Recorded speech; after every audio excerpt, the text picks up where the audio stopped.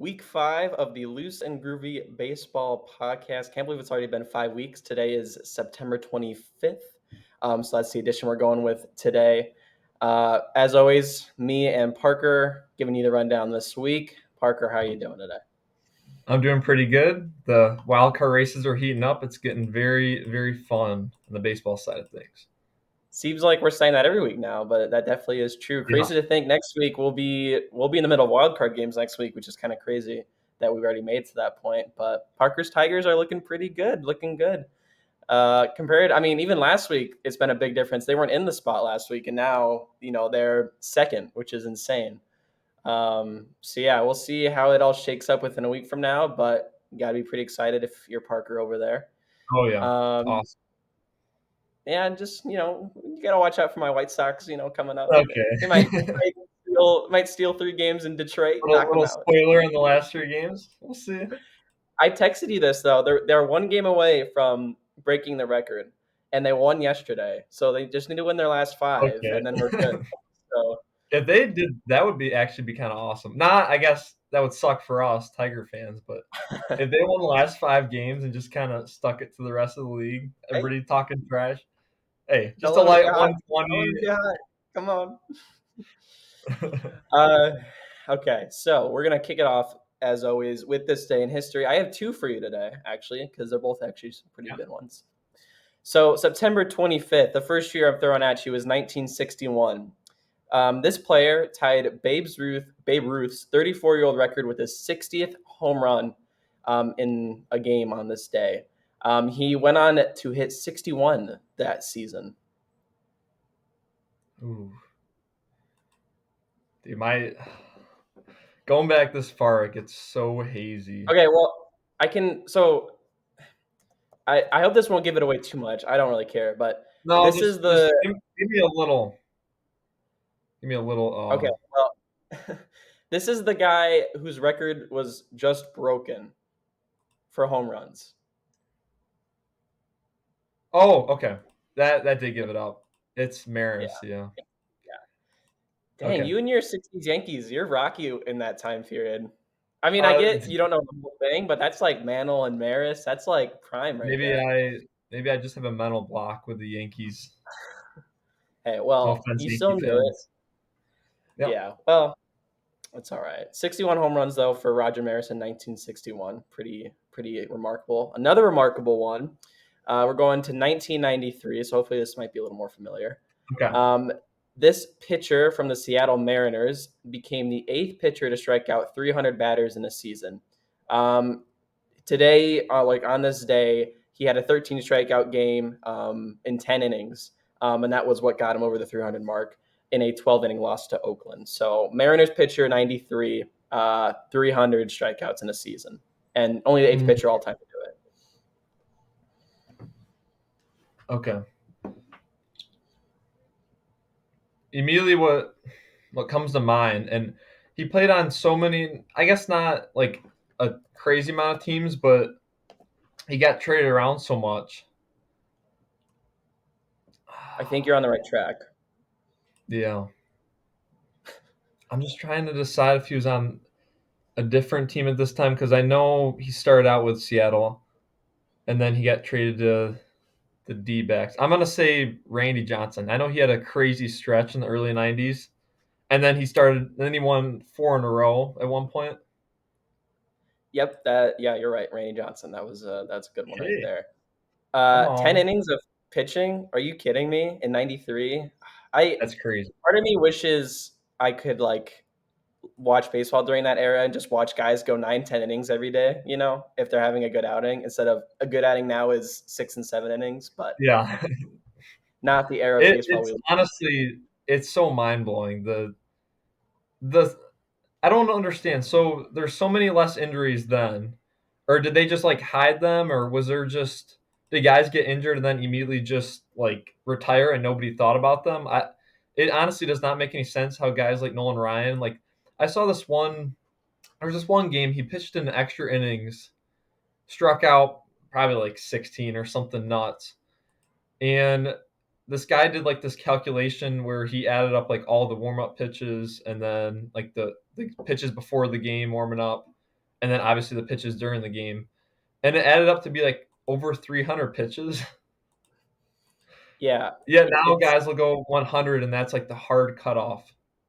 well, and you couldn't even make the argument about like guys throwing fast because Randy and Nolan would throw heat, and it's like Yeah, there's all the guys who throw really fast now eventually run into Tommy John. So yeah, it's kind of yeah. interesting.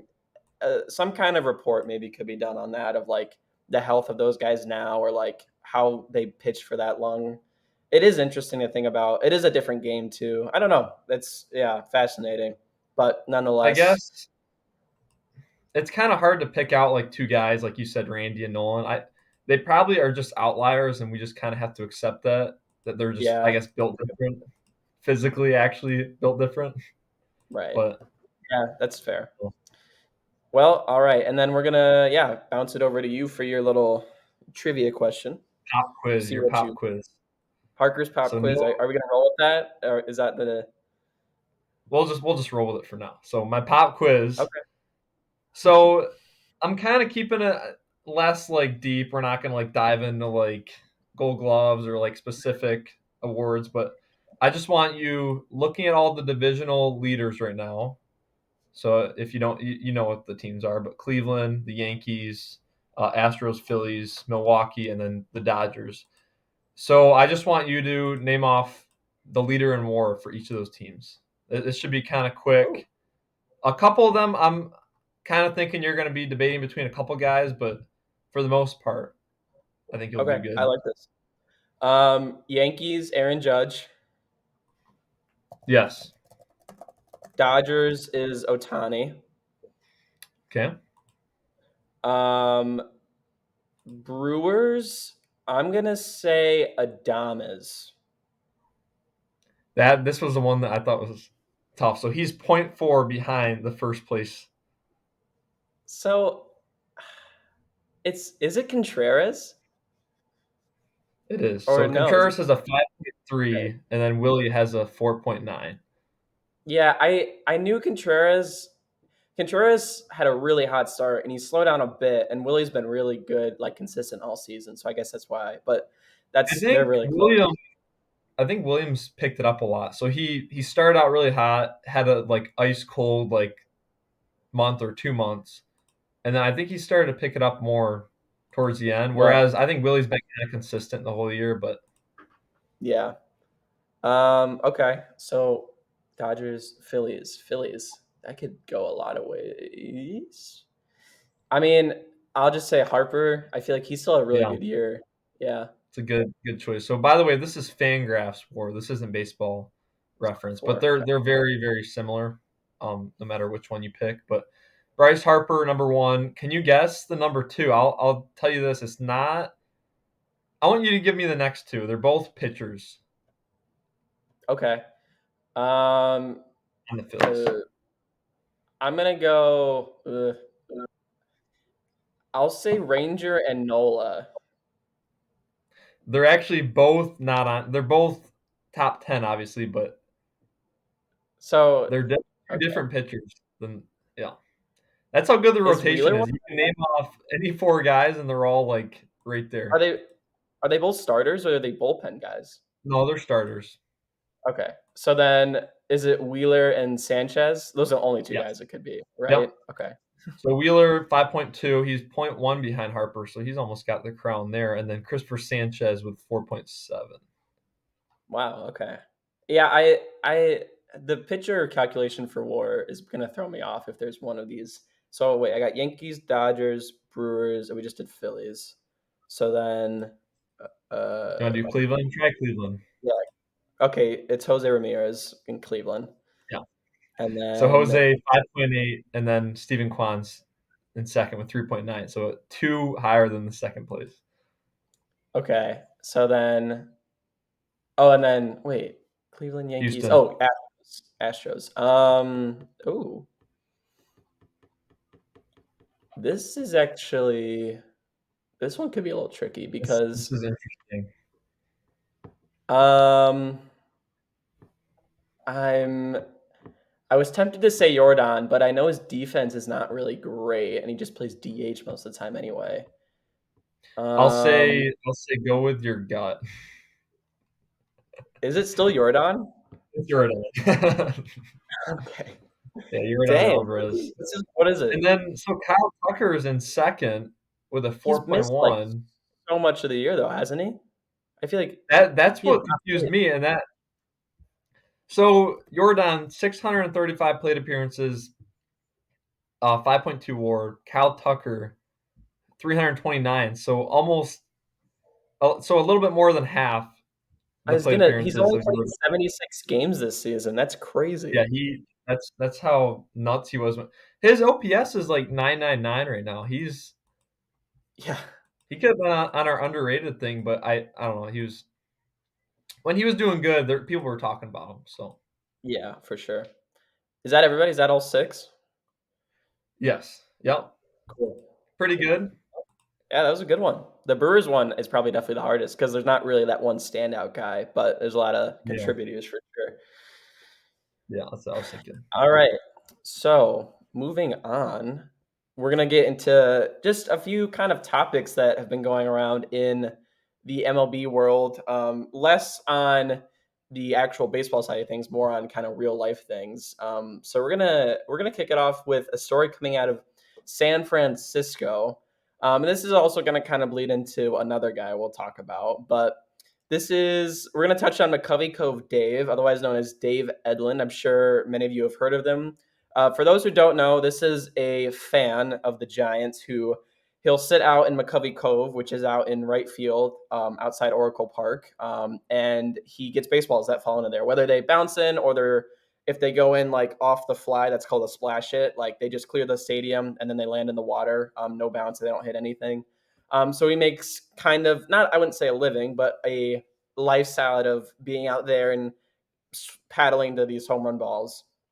And he's recently gotten some attention because I forgot when this was now, but Elliot Ramos, who is having a great rookie campaign in San Francisco, had the first right-handed splash hit into McCovey Cove, which is, obviously it favors a left-handed hitter much more because they can pull it, but he was able to soar one out of there from the right side, goes the other way.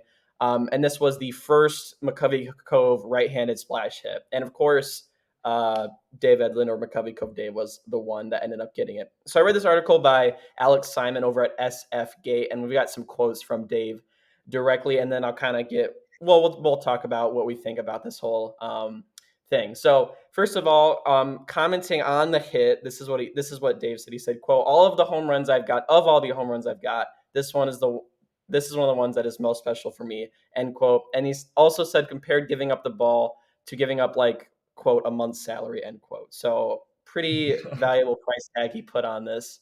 And that kind of brings up a similar thing that happened before this one. Michael Harris of the Atlanta Braves hit his first ever grand slam into McCovey Cove, which McCovey Cove Dave also got.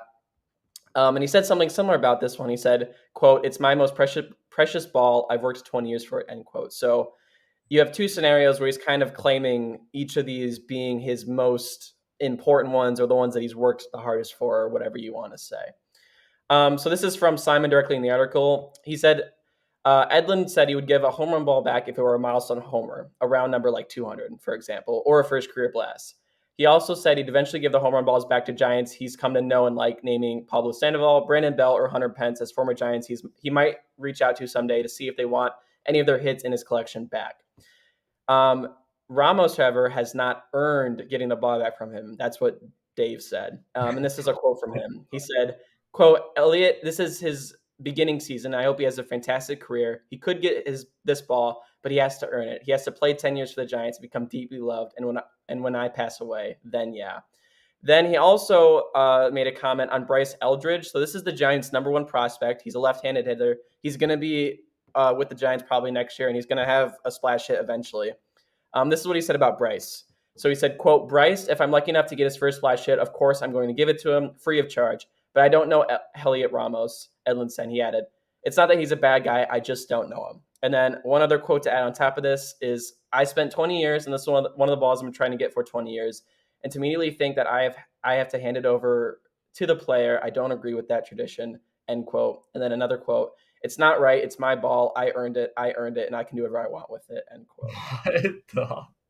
So yeah, I know that was kind of a lot, but I just wanted to kind of hear what your initial reactions to that might be. So I'll be completely honest with you. So when you brought it up to me, I've heard of the name, and I like there's a lot of different like characters in like outside of the players and the managers and stuff like that, but I really did not know too much about this guy. I did a little bit of research, and well, first of all, I'll point out you kept saying he's worked so hard for this. This is like one of his most special ones, if not the most special. I find it very hard to believe an Elliot Ramos home run is his most special. So I Just think, I know the fact that it's a righty. Is yeah, that what you're yeah. gonna go to?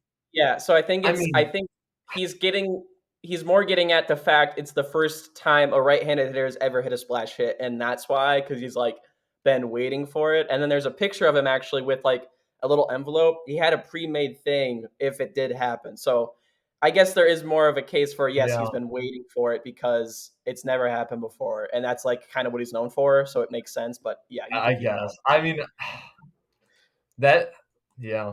I guess I'll go to where I was going to originally.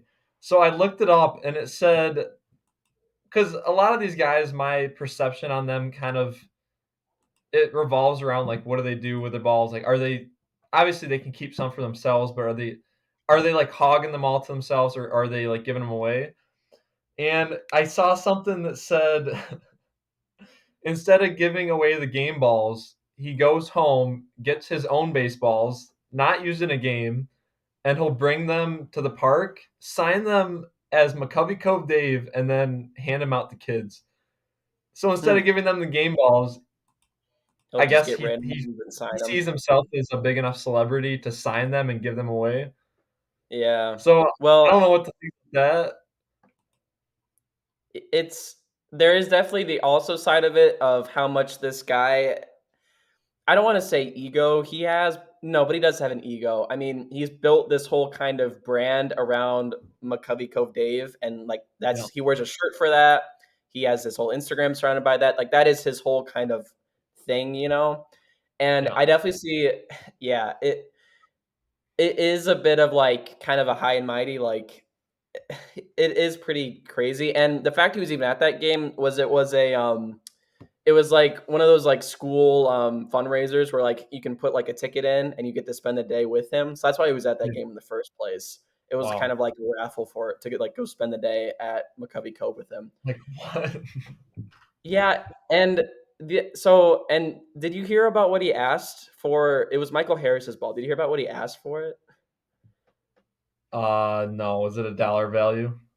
So no, so the Braves originally reached out to him asking for the ball. Okay. And what he wanted the Braves to do was to reach out to the Giants and work out a deal for the Giants to give Dave a parking spot in like a faculty lot, and Mhm. then he would give the ball to the Braves. So it was like he wanted like a three-way trade here between these different teams. And that was kind of weird to me, like trying to orchestrate something like that for a baseball and like getting a faculty parking spot, like as a fan, like I don't know. I get the contribution. Like I don't even know if I'd call it But contributions. Like this is a lot different than like a Shohei Ohtani 50-50 ball. Like this isn't a ball that's gonna be worth like even thousands of dollars. Like this ball's not yeah, worth. I don't know. I don't see the. I guess he's like everybody's different and everybody likes to do different stuff, but all these games he's went to, he doesn't even like to watch the game. He just likes to canoe out to the water and just wait for a ball to land. I don't know. that was, and there haven't like there's been a good amount of splash hits, but not that many. Like they don't No, happen that well, often. So they have to have good now, hitters on the Giants. That's half the battle. I guess whatever the other team they're playing, but the Giants are not home run hitters at all. right. And so you're out there in the water for 3 hours just listening to the game, and then you get lucky, you get lucky. But I bet most of the time he's just out there paddling, and you don't get anything out that way. Just waiting for But a I guess that Yaz speaks home to run. his commitment to being out there and trying to get them. I think he's been at like 700 something games or so, or some crazy milestone Yeah. like that. So the commitment's there, and yeah, I think some of the things he said are probably not the best look. I get both sides, to be honest. I get why people view this as annoying, but also I don't think there needs to be that much hate or whatever you want to call it No, towards Dave. Like it, he's just a fan getting a baseball, yeah, and to be he's honest, just enjoying himself.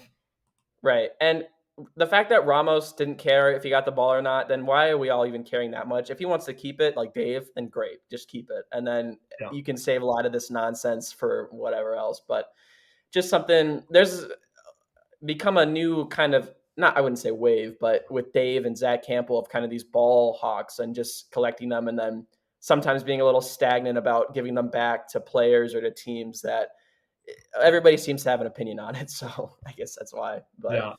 I don't know. yeah, well, moving on then to another interesting topic from this past week, I guess it was our friend CJ Abrams over in Washington.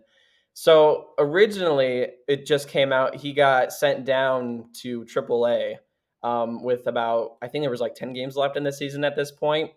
And then it later came out that he was out until I think it was 8 in the morning at a hotel. I Yeah, mean, at a they, casino, and that was a couple hours before he had to be at Wrigley for a day game. yeah, And then some more details came out later, and this is from Jeff Passan at ESPN. So yeah, the Nationals demoted All-Star shortstop CJ Abrams. Keep in mind he was an All-Star this year. And then because he stayed out all night at Chicago area casino, leaving only hours before a Friday day game against the Chicago Cubs. So Dave Martinez, the Nats manager, had some things to say about it too. He said he spoke with Abrams for a significant time Friday and called it an emotional conversation during which the two wept together. Martinez repeatedly emphasized his support of Abrams. This is a quote. For me, it's about taking care of the person first and not the player, and I'm going to do everything I can to help him. I love the kid. He's a good kid. He's going to be back, end quote. And then just some numbers. So before the All Star break, Abrams was hitting 268, 343, and a 489 slug. And he's really struggled after the fact, batting 203, on base was 260, and a 326 slug. So it's been a tough second half for him in general. And then you hate to see stuff like this happen where just you can't say what his actions were, why he was out that late at all, but you just hate to yeah. see a kind of a situation like this. And obviously it seemed like it broke him down, Abrams, as a player, and obviously it was hard for Dave too. So yeah, just kind of a tough situation to find out about and kind of read. Yeah, I'll throw my 10 cents in. So, well, first of all, we all know gambling can be like, to some people it's an addiction. So you do kind of have to feel from there because I'm guessing he was not winning, or he was winning, and that's what made him stay. But like, if I don't know, he probably lost a lot of money. I'm just gonna go out on a limb here and say that. So already there, he's mentally kind of down. But I'm just gonna go to, so the general manager Mike Rizzo for the Nationals. This is what he said. He said it was not performance based, which is obviously clear because he was doing really good, and it's because he was at the casino, like Travis was saying. So we felt it was in the best interest of the player and the organization to do so. It's an internal issue that we're going to keep internal. It's not the end of the world for CJ. And then he goes on to say, "We love CJ. We care for CJ," and just kind of like praising him a little bit. But so him saying it's an internal issue and we're going to keep it internal. Yeah, this is. I forget what time we like found out about this. It was probably in the middle of the day, Yeah, but sounds right. they didn't do a very good job at keeping it internal, and I don't think it was leaked or anything. I think they explicitly said like he was out till whatever 8 in the morning, and that's like, this is the punishment we're going to give him. So to say that you're going to keep it internal, which I think it's way better to keep it internal and not expose the kid about it. But I don't know. I thought that was a little low for them to do, the So would organization or you whoever would it say was you'd that rather decided. you'd rather have Abrams be demoted and them not give a reason why, and then just say Abrams been sent down to AAA and just leave it at that instead of the whole story with the casino coming out or something else. Well, so if they did that, then everybody would bash the Nationals and be like, "Oh, well, he wasn't playing bad." And Right. then I guess I think that he could have just kept it at it wasn't performance based, so that we kind of got a hint that it was something with character or with like some like side story. But I think they could have left out the whole like casino part, 8 a.m. Like I don't know. I think that's a little too far in his personal bubble. Yeah, true. And I don't know. yeah, it's important to remember he's only 23 still, which I kind of had to remind myself of. Like, he's still so young and obviously learning a lot. And it's hard to learn a lot about yourself when you're playing 162 games of a baseball season Yeah. over the stretch of 5 or 6 months. Um, it has been funny, I wouldn't lie, to see all the Abrams and Otani memes. I'm sure you've seen some of them. Yeah. I think those are great. But I think with the Otani thing, like that whole thing has kind of subsided, and that's probably large in part due to the great season he's had. I'm Yeah. sure this will be a thing that we'll forget about pretty quick, especially at the end of the season like this. Like it's not really going to matter. It's And really it not even sounds a like thing right now.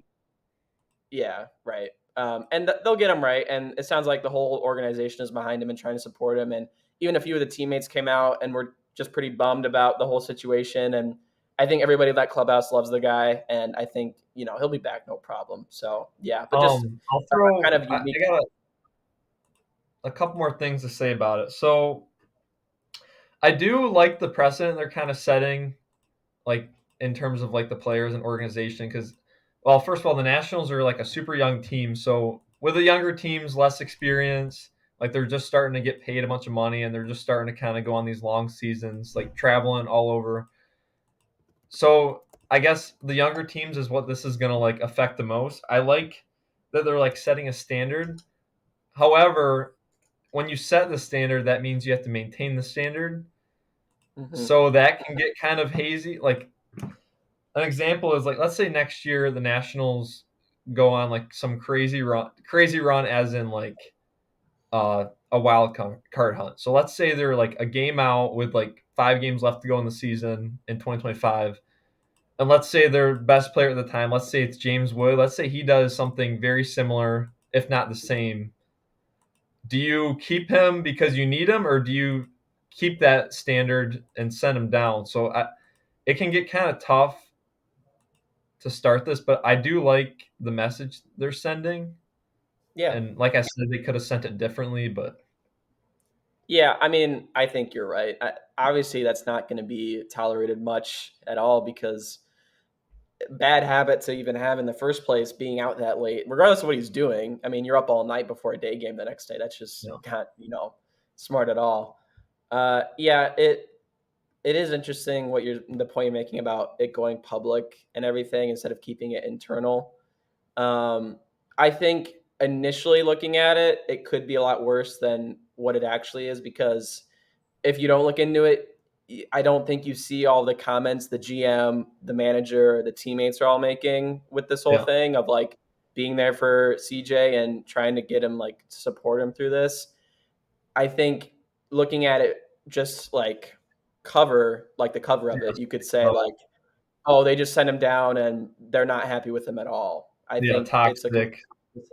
right, exactly. I think it's complete opposite of that. And it was good to see all of the, like I said, support that he's getting instead of just saying like, yeah, we set him down, don't really want to talk about it much, and kind of that Yeah. negative undertone away. But I get what you're saying too. So To finish this off, I want to ask you a question, kind of okay. going off of the scenario that I made. If the Nationals, let's say the Nationals were a half a game back right now, with however many games they have left in the season, 4 or 5, whatever it is. Do you think if this happened at the same time, same scenario, everything, do you think they would send him down? Or they Yeah, have a lot more? It's a lot easier for them to do when they're 20 games under 500. So I think they would. I don't know. The situation changes, yeah, but it's not like he's been hitting I great. find it hard to believe. Yeah, I I don't I think they mean, he's would. not hitting good, and then you go and pull a stunt like this when you're only a game back, game and a half back, and it's like, what are Yeah. you doing, dude? We're trying to make a But then postseason what push. do? You pull them off. You if they get in the postseason in this scenario that we're making, if they get in the postseason, do you pull them back up ice cold, or I guess from like single A or whatever he was sent down to? Like I don't know. I mean, I I definitely still think you send him down, and then I think you'd be I think you'd be hard pressed to bring him back up in the postseason. I think you send a message. I think there's so much more weight that goes into that if you're fighting for a spot and then one of your young guys is out until 8 in the morning on the day of a game when every game matters at that point. Like that's an even worse look to me than what this is. So I would probably just keep him down for the postseason and make him, yeah, I would punish him for that. I don't think I think that'd be way worse than what this is. So So now moving on to the next kind of quick talking point that I'm going to bring up. So Rowdy Tellez, this is a sad story, but it's a little bit funny. It's probably more on the hope sad so. side, but so Rowdy Tellez, there's these incentives that can be baked into a contract where if you reach a certain whether it's a total or like a award, if you get like Cy Young or something, you get a bonus added on your contract. So his bonus said if he reached 425 plate appearances, he would get a $200,000 bonus. And they DFA'd him, right? That's what it was. Yeah. Was it DFA? I think he was DFA'd with 4 plate appearances to go to reach that 200K. So he missed out on that. And it kind of brings up this question with incentives that like as soon as it kind of confuses me as soon as guys are about to hit this incentive. I feel like it's so easy just to kind of shut them down, but on the other hand, I guess they wouldn't want to do that because it sets a bad example for the organization and then guys would not want to sign. So I don't know, I'm kind of confused on where I sit with the incentive based contracts. In terms of like whether you like them or not. Yeah, they just I don't know, they seem interesting to me. And I guess if you're watching a player and there's an incentive for them to do good, it's gonna make you feel better as a fan because you know that they're like actually striving for something and they didn't get like a hobby contract and then sit back and relax for the next Right. six Yeah. years. But then also the manager could just kind of sit them as soon as they're about to do this or DFA him like Rowdy was, and I don't know. What do you think? Yeah, it's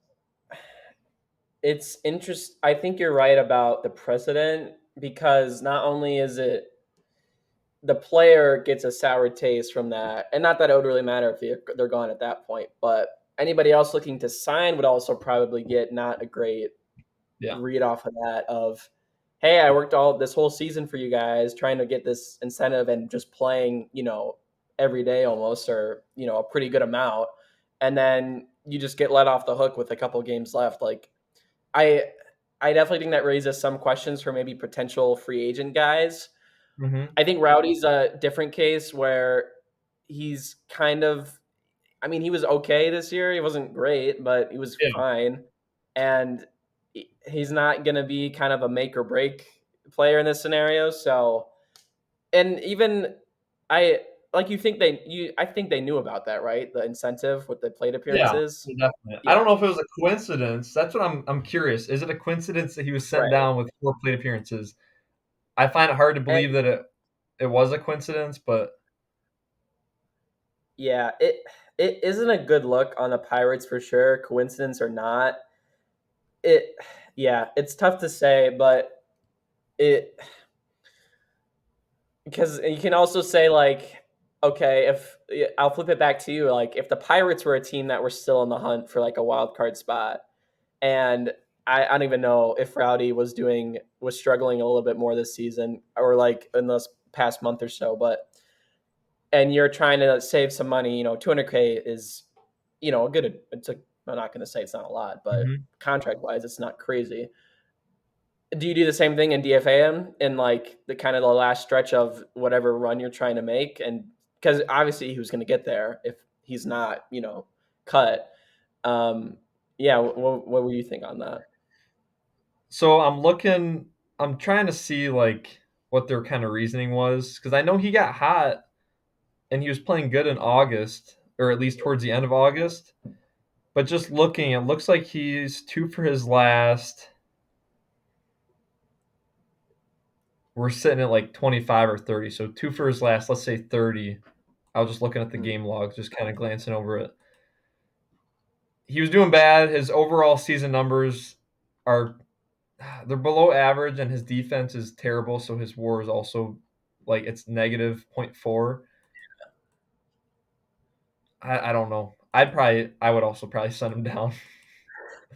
If I'm He so not, you go.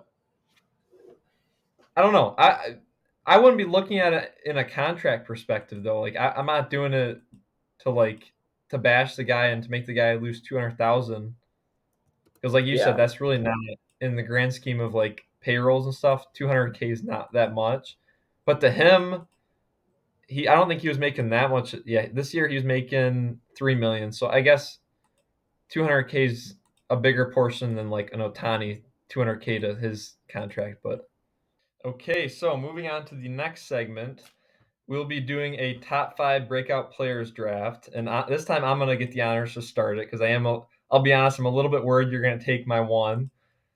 Yeah. So just to kind of give a rundown of this is just guys that in the past, whether it be poor performance or the injuries have gotten to them, this year for whatever reason they've really picked it up and helped their team uh, reach whatever success they have this season. So for me to get it started, I'm gonna go with Ronel Blanco. So I was looking at some articles, and coming out of spring training, it was like very kind of up in the air of whether he was even going to make the team.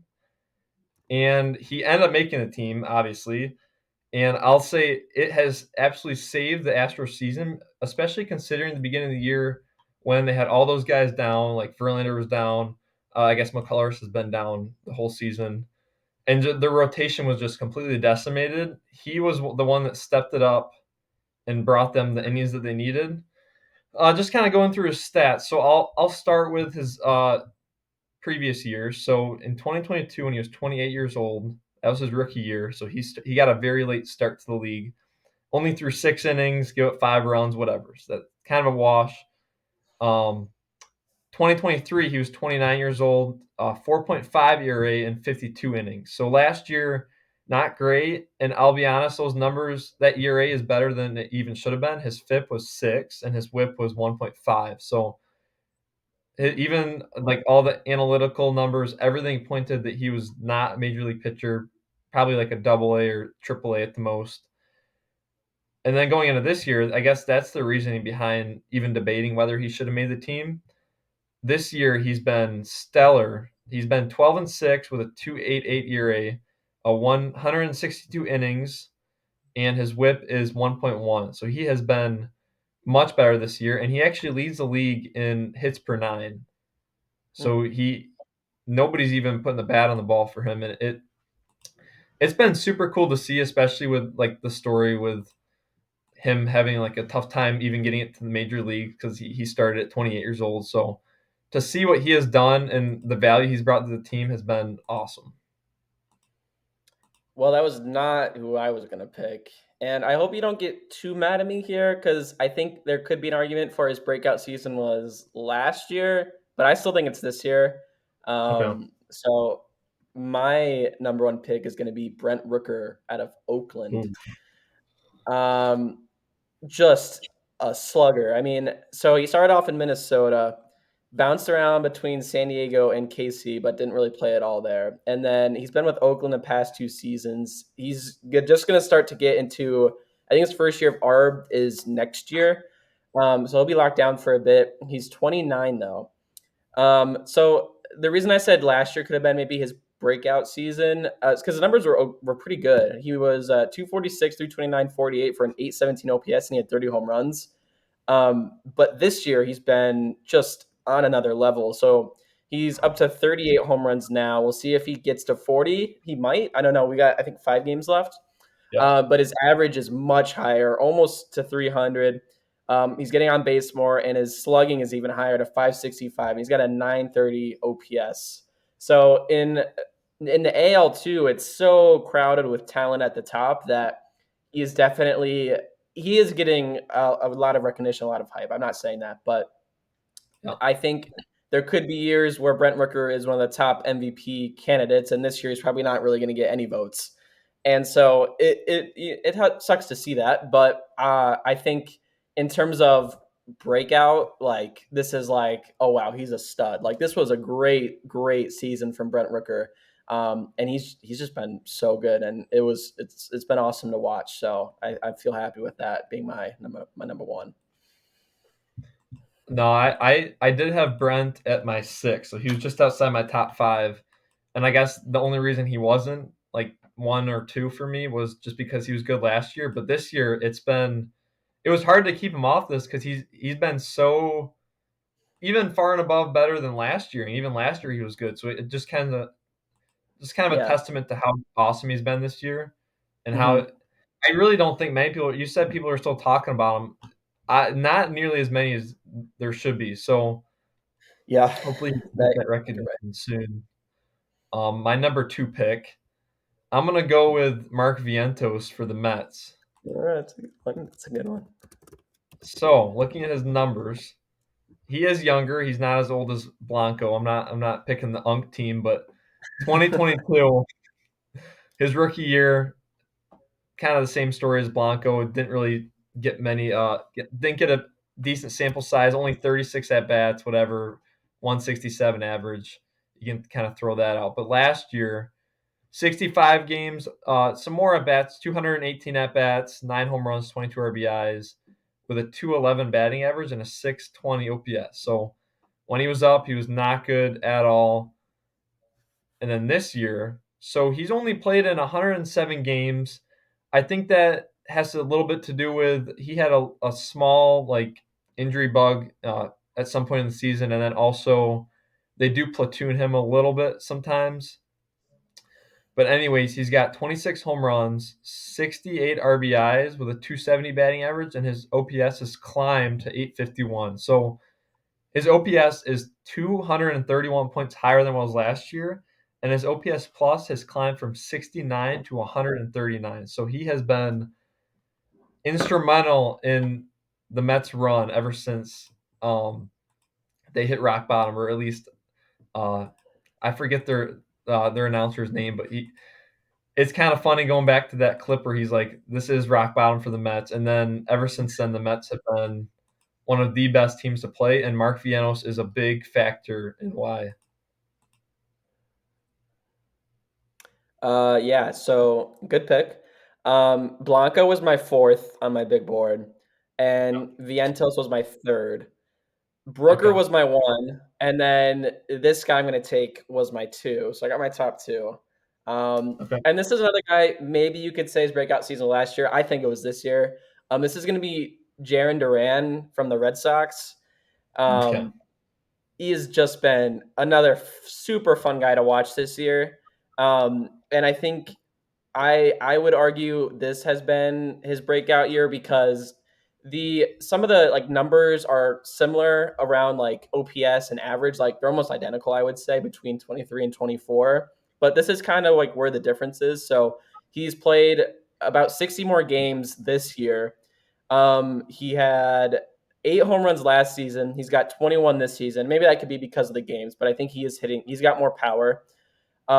He's stolen more bags this year. He's gotten more doubles. The defense is there. Like he's just such a fun, dynamic player out in Mhm. Boston. And seeing, you got kind of a snippet of it last season, and 100 games is probably more than a snippet, but seeing him transfer that into a full season this year, I think, is what Boston fans were hoping for, and he's definitely delivered on that. Just the definition of a five-tool player, and it's just he's such a cool, fun guy to watch. I always have a soft spot for kind of these guys that can do it all. You play defense, you hit for power, you hit for average, you're quick on the base pass, and I always kind of love those guys, and I think he has solidified himself as one of the better center fielders in the game, one of the better all around players in the game. So I think definitely a good breakout candidate for that. Yeah, he was originally like 3 or 4 for me, and then I looked at the numbers. I did a deeper dive, and I saw those numbers from last year, and I don't know. I couldn't get myself to do it because last year, even 102 games to me is kind of a decent sample size. But he's Yeah. definitely really put it all together this year with a playing like almost every day for them. So that's pretty big to see.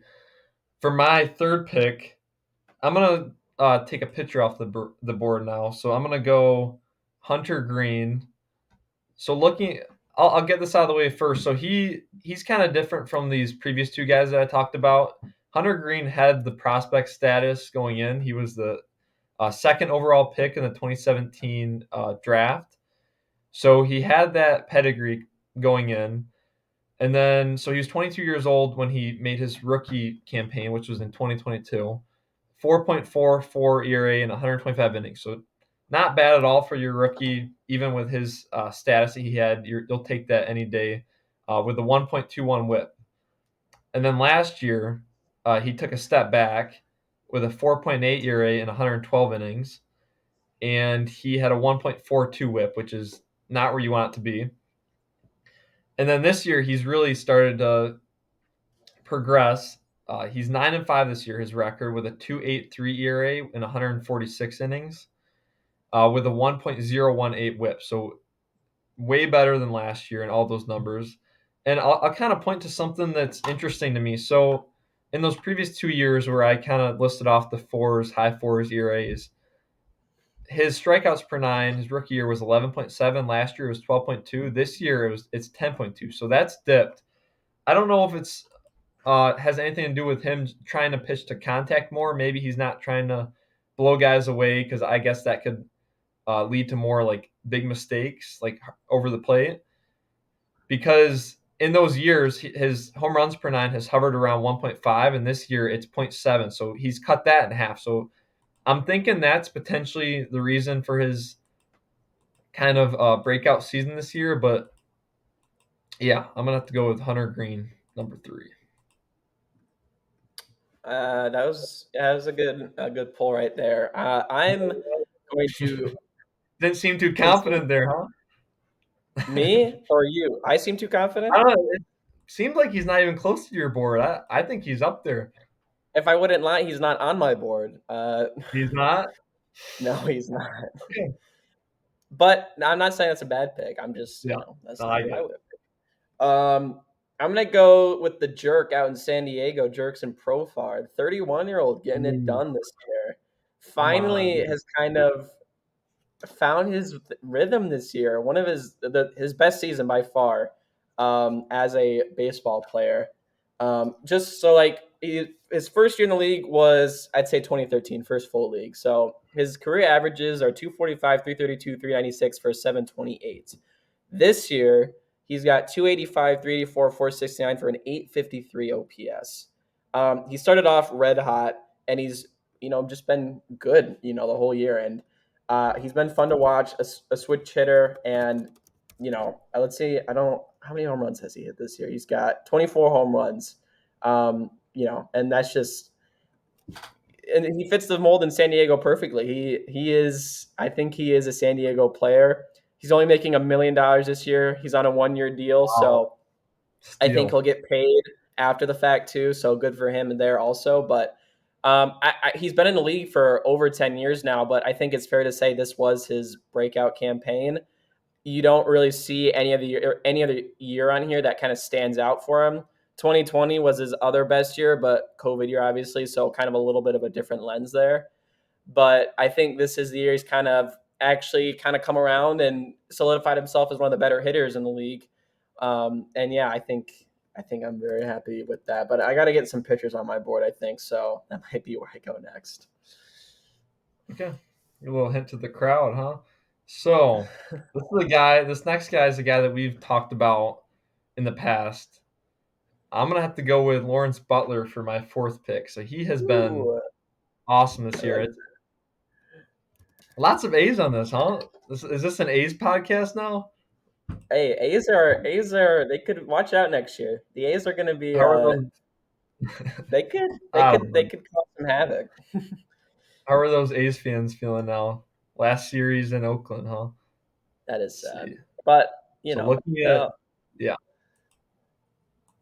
looking at Lawrence Butler's numbers. So last year, not a very big sample size. He wasn't considered a rookie this year just because last year I guess he barely passed the threshold to be considered a rookie for this year. But 42 games, 4 home runs, 10 RBIs with 211 average and a 582 OPS. So not even a flash there. This year, he had a very, very bad start. Similar numbers to last year. It was his first month or so in the season. And ever since then, he has heated up immensely. So 22 home runs on the season, 57 RBIs, 18 stolen bases, no caught stealing. So he's smart on the base paths. 266 average, and then what sticks out is a 505 slugging to give him a 828 OPS and a 136 OPS plus. So he has turned it on. His WAR is over 3, so his defense is about average, maybe slightly above average. And yeah, so he to see where he started at in the season and to see where his numbers sit at now has been awesome. And yeah, I really cannot leave him off the top 5 for me. So I'm trying to decide between two guys here. One of them's Well, I older. think I know the two guys, I but don't think you do, but maybe you do. just I don't don't take know. my next one. That's all I'm saying. I I think Go I with know the which older one guy. I'm. What? Go with the older guy. The older guy? I don't think you think. I don't think you're thinking of who I'm thinking. Maybe you are, but Well, okay. if you have one that's older, think give him so I can give mine because mine's not that guy. Okay. All I'm saying. I'm gonna go. I'm gonna go Sean Manaea with the Mets Good. this season. Take him. Um, So Mania is in a contract year, and I think that has definitely showed. Another guy who's been playing for a while came into the league in 2016, we'll call it. Started off with Oakland, was in San Diego for a spell, and the San Francisco. Came over to the Mets this year, and he has been the ace they needed. I think without the year Sean Mania had, this Mets team looks very different right now. He is kind of been the forefront of that rotation, and a rotation that's been very good here down the stretch. One of the better rotations numbers wise. And again, this is kind of a scenario where none of his numbers from previous years really stand out too much. I think you can go to 2018 in Oakland, and that's a pretty solid year. But I think this year in this situation, he has kind of solidified himself as a top of the rotation guy, I would say. He's got a 3.29 ERA. He's pitched 178 innings, and I think he'll at least get one more start, so he'll touch 180. Just been really, really good. And I know you've said it before where you're kind of just waiting for that drop off from him, but he has not dropped off at all. And he's been just so consistent the whole year. Opponents are hitting 198 off of him, and his whip is just above one. Just a really, really impressive campaign for him this year. And like I said, he's been a very pivotal part of that Mets team. And I think they've gotten a lot more out of him than maybe they were expecting, and I think that's kind of why that gives him kind of a breakout year candidate status. So I think I'm gonna be happy with that pick. Have you heard what his adjustment was? No, I Have you heard haven't. What anything was about it? this? So, reading some articles, I saw that he was looking a lot at Chris Sale, which I mean, a lot of pitchers want to look at Chris Sale if they want like some type of model because he's insane, especially this year. But so July 30th, Sean Mania changed. If you go and look at the videos from before July 30th of this season and then after July 30th, you'll see that he dropped his arm slot a lot. Kind of similar to Chris Mm, Sale's, not as dramatic. So I just thought that was something interesting to point out. His arm slot has went from a regular pitcher's like just the general arm slot to kind of more of a sidearm. So I think that's a big reason for his kind of breakout season. But yeah, that was just something interesting to point out. yeah. Let's see. All right, bring us home. Okay, where am I going? Okay, I'm gonna go with the younger pitcher that I was hoping you would not take. I don't know if this guy was even on your radar or not, but I'm gonna go with Tanner Houck of Oh, it the. was it was somebody else, but well, I could still take him then. Oh, is he right here? White Sox? You can That's take one of him. them I'm thinking about. It's one of them. It's one You, of them. I you don't know can take though. him. Okay. I'm, Anyways, I'm let's see. Tanner Houck. So his first 3 years from 2020 to 2023, just I don't know. he didn't pitch much. He was mostly like out of the bullpen. He started some games, kind of jumped up and down. Mid threes ERA, not bad, not great. Last year though was the bad season. So 2023 when he was 27 years old, a 5.01 ERA in 106 innings with a 1.368 WHIP. And I'll be honest, I remember watching some Red Sox games last year, and I believe he did get sent to the bullpen because he was doing so bad towards the end of the season. But whenever he came in, I'm like, oh, this is the easiest thing ever. Like they're gonna absolutely tee off this guy.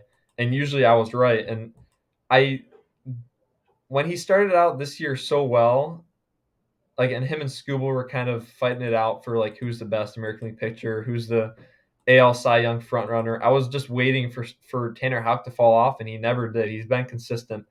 I mean, from the first couple months, he hasn't his numbers haven't been as good, but they've still been like great numbers. Overall, this year, he's dropped that 5.01 ERA to 3.12 with 178 innings. So a lot of very, very big sample size. His FIP is 3.31 compared to 4.4 last year. And his whip has dwindled down to 1.14. And he also leads the league in home runs per nine. So just kind of going from what I saw last year and kind of my perception on him, it's been awesome to see how good he's been. And a Red Sox rotation that going into the year, everybody kind of saw as their biggest weakness. He's kind of turned that around. And I know they've been cold in the past few weeks, but he's been a big reason that they're even close to 500 right now. I believe they might be one game over, but if not for him, I think they're sitting at like 8 under or something like that. So he's been awesome. Okay, so that was not one of the last two guys I was thinking about, but it was a good pick still. And when I went to the Tigers game, he was actually pitching for Boston. He's a very fun watch. He's good. He's got good stuff.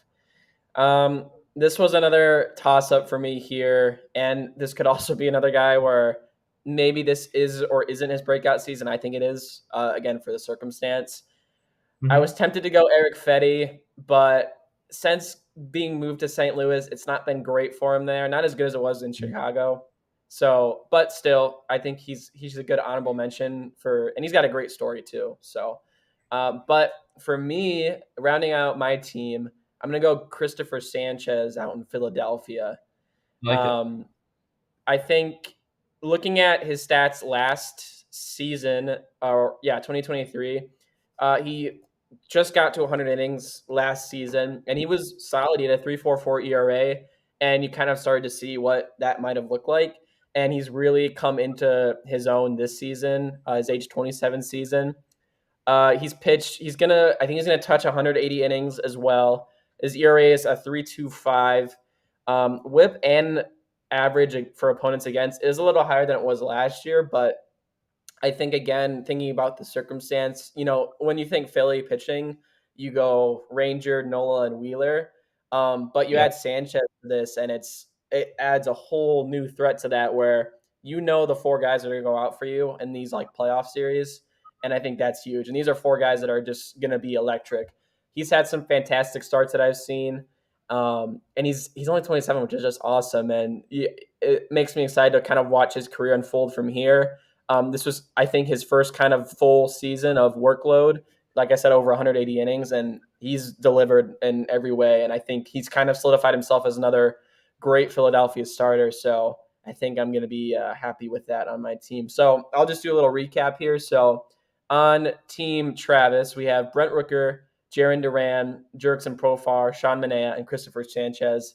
And then Team Parker is Ronel Blanco, Mark Vientos, Hunter Green, Lawrence Butler, and Tanner Houck. So you have to let us know which team you think is better in terms of breakout players. Which one of us got the better draft? But yeah, that's all we got for this week. So week 5 in the books. When we see you guys next time, we're gonna have some wild card action, which is really exciting. So Oh we'll get yeah. you guys Come all on. cut up what all that includes. And Parker, he could have a really good mood next week or a really bad mood next week. So I guess let's see. Well, No, a I'll just lot. be happy to get it. I'm not getting greedy at this point. If we go into Yeah, Houston well, and we that's fair. get That's a good torched, way to that's what go into everybody does. this. I'm not gonna feel bad. No, it isn't, but Well, the White Sox might have a thing or two to say about that. So we'll see okay. how that Let's goes. yeah. But yeah, as always, we'll check us out on all of our social medias. We're on Instagram, TikTok, YouTube, whatever you're listening to us now, Spotify as well. All Loose and Groovy Baseball Show. Check us out there. And yeah, for me and Parker signing off. We'll see you guys for week 6. Thank you.